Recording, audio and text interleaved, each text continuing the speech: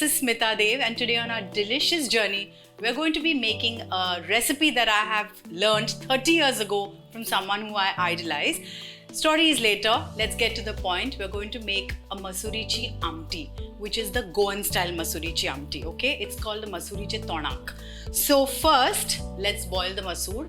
Here, I have soaked 2 cups of masoor and then I drained it after 8 hours and then I left it to sprout. See the sprouts come up so beautifully. Keep it in a warm place after you've drained it and you can see how beautifully they'll sprout.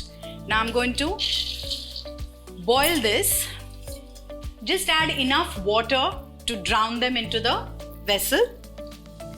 The water level should be just probably half a centimeter above the masoor. Now remember, masoor is a very delicate lentil and never pressure cook it because it can just get overcooked and mushy.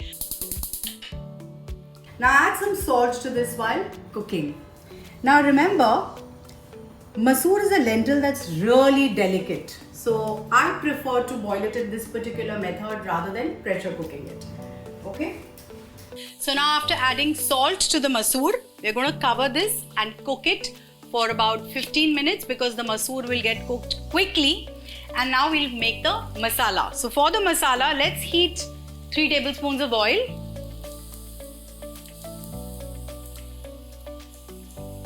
Wait for the oil to get hot and then add 2 onions that are sliced.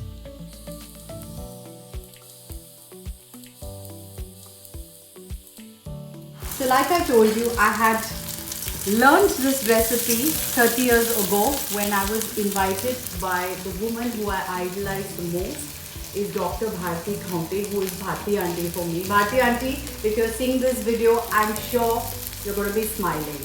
So it was during the phase when I was getting married and she invited me to her house. We call it a khevan, you know, where you invite the bride or the groom over for a meal. So she had invited me over for lunch and she had made this Masoorchi Tonak and she had made crisp dosa and a delicious chutney. Now all these recipes we're going to be doing today. So now we'll wait for the onions to get browned. Now we're going to add the spices. So here I've taken an inch of cinnamon, a little less than an inch of a cinnamon. We'll add that. 5 cloves,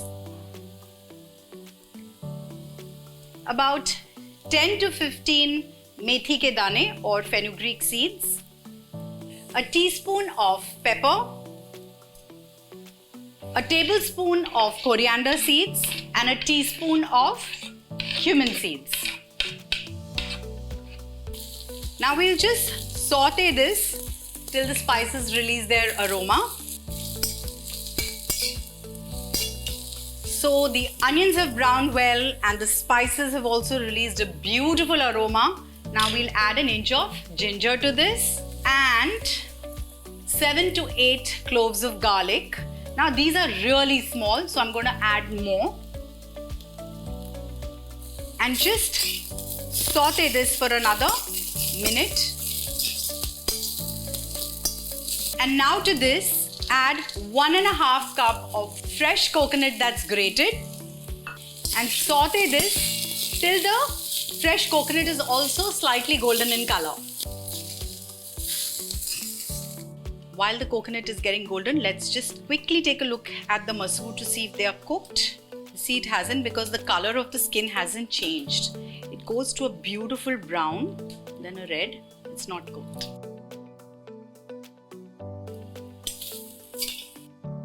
So as you can see, the fresh coconut is also turned golden.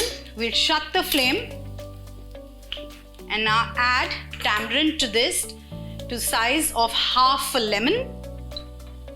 Little bit of jaggery, maybe a tablespoon of jaggery. We'll wait for this to cool down and then grind this to a fine paste. Before I forget, as I say, we are all human beings and we are allowed to make mistakes. Add half a teaspoon of turmeric to this.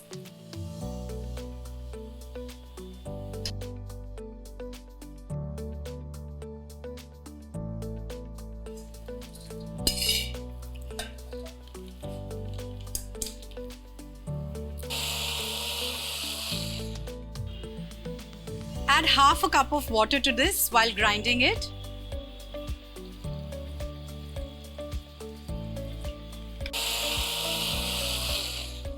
This should be the consistency of the masala, nice and fine. Let's check if the masoor is done. By seeing the color, I know it's done. It's got a beautiful brown color. You can see this. And doesn't this remind you of keema? Mutton ka keema. Vegetarians may not appreciate this. So our masoor is done. We're going to shut the flame and move on with the curry. Now heat about 3 tablespoons of oil again. Wait for the oil to get hot. The oil is hot. Now add 1 large onion that's finely chopped. Just saute this for 2 to 3 minutes. Don't brown the onions. They need to be soft and translucent.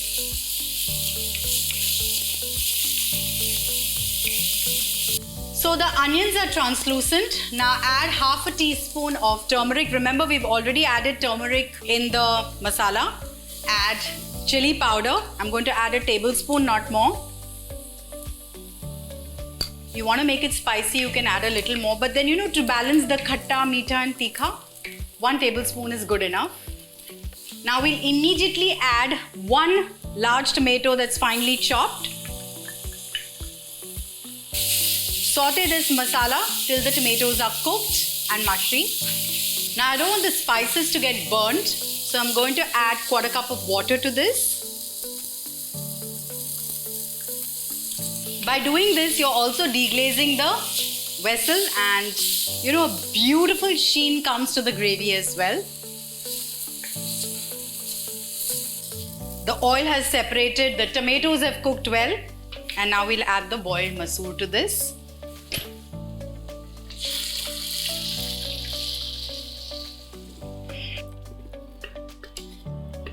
Remember, we had already added salt to the masoor while they were getting cooked. So we'll check later if we need to add salt. Now, after adding the masoor, we're going to add the ground masala.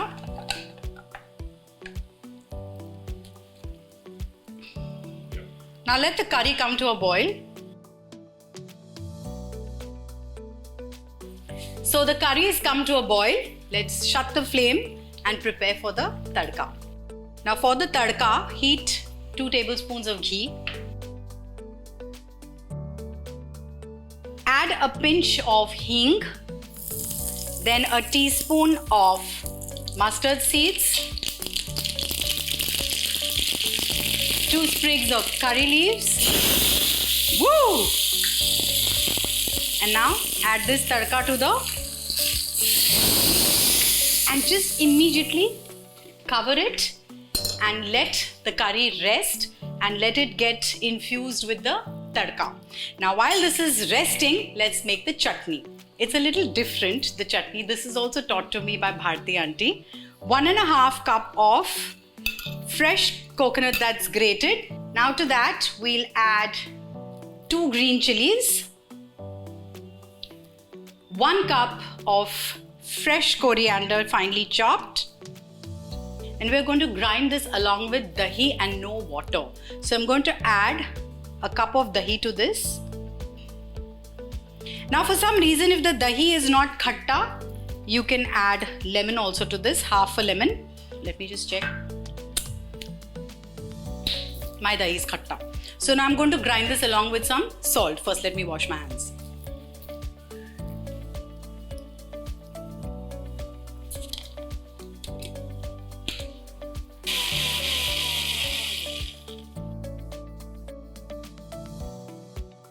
Just remove this in a serving bowl.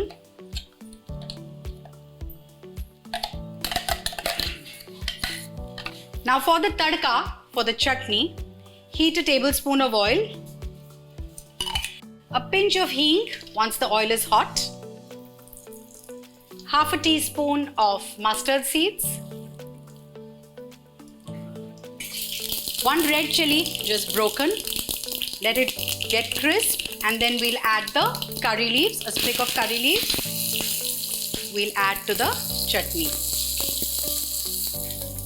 The Masoorchi tonak is ready. The chutney is ready. We'll quickly make dosas. I'll tell you how to make the dosas, the batter, everything. So for the dosa, I basically soaked 1 cup of urad dal, 3 cups of raw rice. Now the rice I have taken is ambe mohar, and I've taken the aged rice because new rice has got a lot of starch and the dosa becomes very sticky. So I have used old aged rice for that. And I've added half a teaspoon of methi seeds to it, a tablespoon of coriander seeds, and 2 tablespoons of sabudana. Wash all the ingredients well, soak it for 4 hours and grind it to a fine batter. Cover it and keep it in a warm place for about 8 to 10 hours to ferment. I don't add salt, many people do, but my mother has told me not to add salt. I'll ask her why. And now you can see how beautifully the batter has fermented. Now since I'm not going to use all of it, I'm just going to take a little bit. Batter had risen so beautifully, right? And I'm going to take some that I need.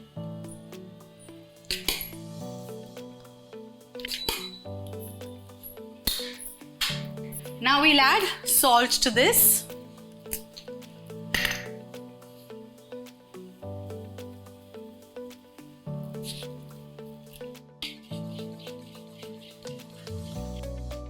So here I have a tawa that's already been seasoned, but still one step further I want to season it more. So I've taken the top of an onion and I have dipped it in oil, and I'm just going to spread this oil on the tawa and season it for the dosa. So our dosa batter is ready. See that the temperature of the tawa is not too high, it shouldn't be too hot, because then you will not find it easy to spread the batter.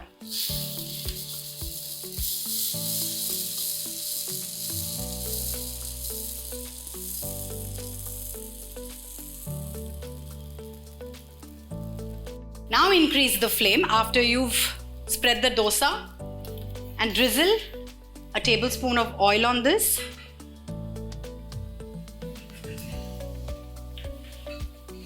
See how easily the dosa is coming out, just like the way it will come on a non-stick pan. And now flip the dosa. Now flip this, fold it,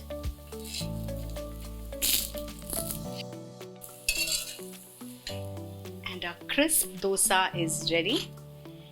And now we can serve this. So it's an interesting recipe. It's a beautiful combination of dishes. Try it, let me know, and keep watching Smita Dev.